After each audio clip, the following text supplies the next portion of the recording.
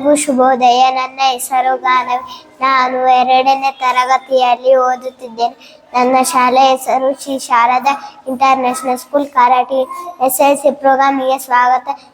ಎಲ್ಲರಿಗೂ ಶುಭ ಮಧ್ಯಾಹ್ನ. ನನ್ನ ಹೆಸರು ಸ್ಫೂರ್ತಿ. ನಾನು 4ನೇ ತರಗತಿಯಲ್ಲಿ ಓದುತ್ತಿದ್ದೇನೆ. ನನ್ನ ಶಾಲೆ ಹೆಸರು ಶ್ರೀ ಶಾರದಾ ಇಂಟರ್ನ್ಯಾಷನಲ್ ಸ್ಕೂಲ್, ಕಾರಟಗಿ. ವಸ್ತು ಸಂಗ್ರಹಾಲಯಕ್ಕೆ ಶುಭಾಶಯಗಳು. ಎಲ್ಲರಿಗೂ ಶುಭ ಮುಂಜಾನೆ. ನನ್ನ ಹೆಸರು ಶ್ರೀನಿಧಿ. ನಾನು 1ನೇ ತರಗತಿಯಲ್ಲಿ ಓದುತ್ತಿದ್ದೇನೆ. ನನ್ನ ಶಾಲೆ ಹೆಸರು ಶ್ರೀ ಶಾರದಾ ಇಂಟರ್ನ್ಯಾಷನಲ್ ಸ್ಕೂಲ್, ಕಾರಟಗಿ.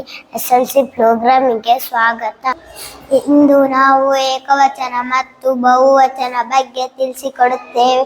ಏಕವಚನ ಎಂದರೆ ಒಂದು ವಸ್ತು, ಸ್ಥಳ, ವ್ಯಕ್ತಿಯನ್ನು ಗುರುತಿಸುವುದಕ್ಕೆ ಏಕವಚನ ಎನ್ನುವರು. ಬಹುವಚನ ಎಂದರೆ ಹೆಚ್ಚು ವಸ್ತು, ಸ್ಥಳ, ವ್ಯಕ್ತಿಯನ್ನು ಗುರುತಿಸುವುದಕ್ಕೆ ಬಹುವಚನ ಎನ್ನುವರು. ಇಂದು ನಾವು ಏಕವಚನ ಮತ್ತು ಬಹುವಚನ ಬಗ್ಗೆ ತಿಳಿಸಿಕೊಡುತ್ತೇನೆ.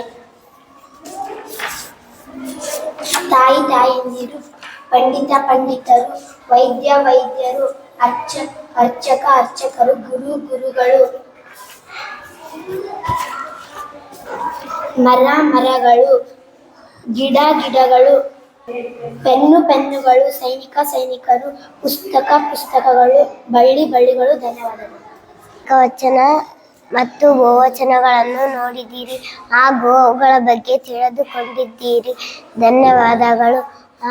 ಹಾಗೆ ಮುಂದಿನ ವಿಭಾಗಗಳನ್ನು ನೋಡಿ ಆನಂದಿಸಿರಿ.